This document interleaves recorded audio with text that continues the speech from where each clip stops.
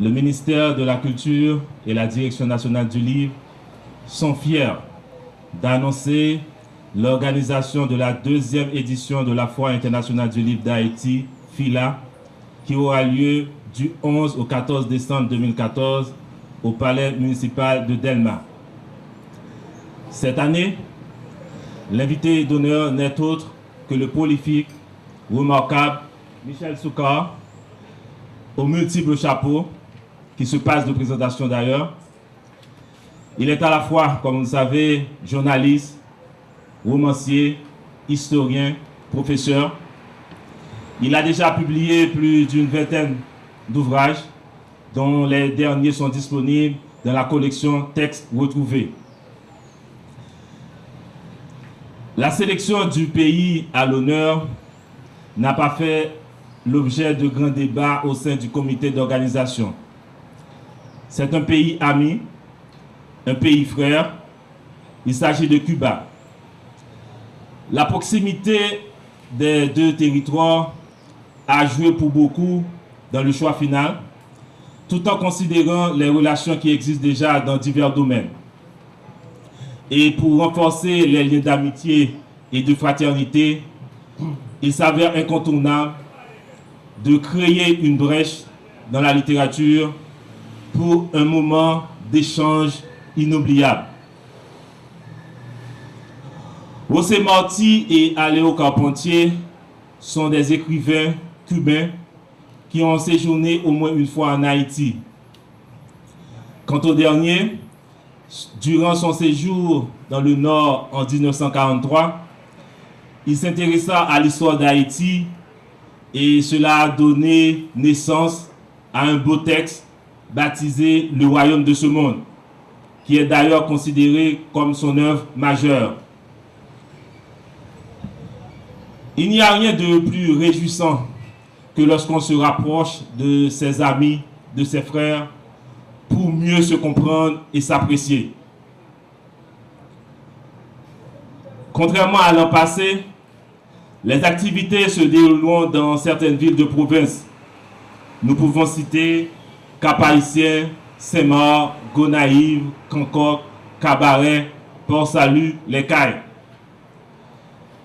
De même que d'autres lieux de Port-au-Prince recevront des conférences, des projections de documentaires, des représentations théâtrales, de l'animation musicale, comme par exemple l'espace Café Philo, Café des Copains, Royal Oasis, Le Villac, la DNL et tant d'autres endroits.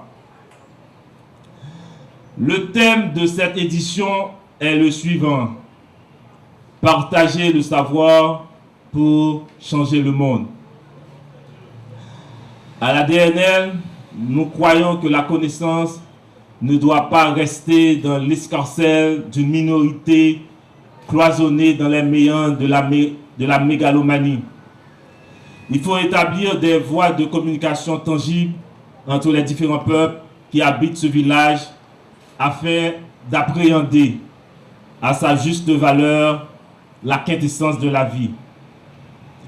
Ce qu'il y a de plus beau, c'est lorsqu'on transmet son savoir à l'autre pour qu'il puisse s'enrichir et grandir sainement.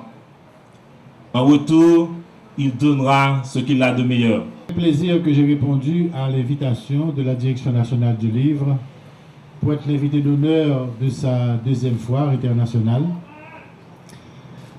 Je veux croire que c'est une manière de, je dirais, rendre hommage à toutes les valeurs que j'ai toujours vénérées dans ma vie. À savoir d'abord, pour être un écrivain, c'est d'abord parier sur la liberté. La liberté de penser, la liberté de s'exprimer, la liberté de communiquer, la liberté de créer. Un écrivain qui ne parie pas sur la liberté est peut-être tout ce qu'il veut être, sauf un écrivain. C'est essentiel. Et ceci, je l'ai fait à la fois dans mes œuvres poétiques, théâtrales, historiques, romanesques, biographiques.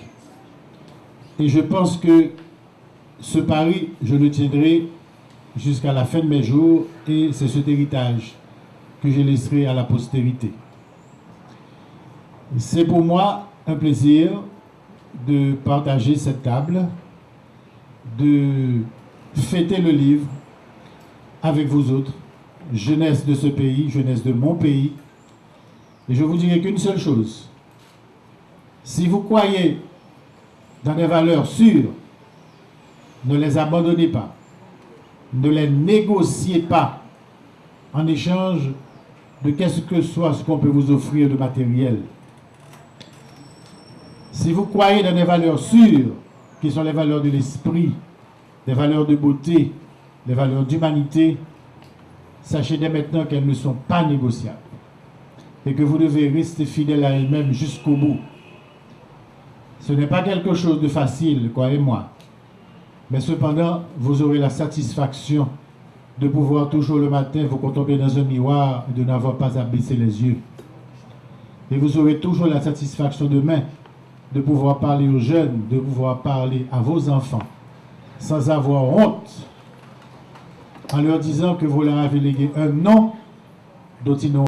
Pour Cuba, c'est un grand honneur d'être le pays d'honneur invité à la prochaine foire du livre en Haïti, qui s'étendra au mois de décembre.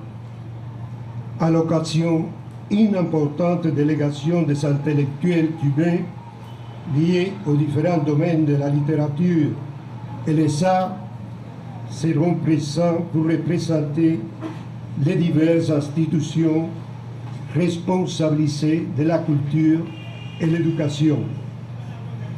L'année dernière, Cuba avait participé avec une modeste représentation, mais avec un catalogue de diverses publications nationales qui ont inclus des titres publiés pour l'occasion et pour les enfants haïtiens en langue créole.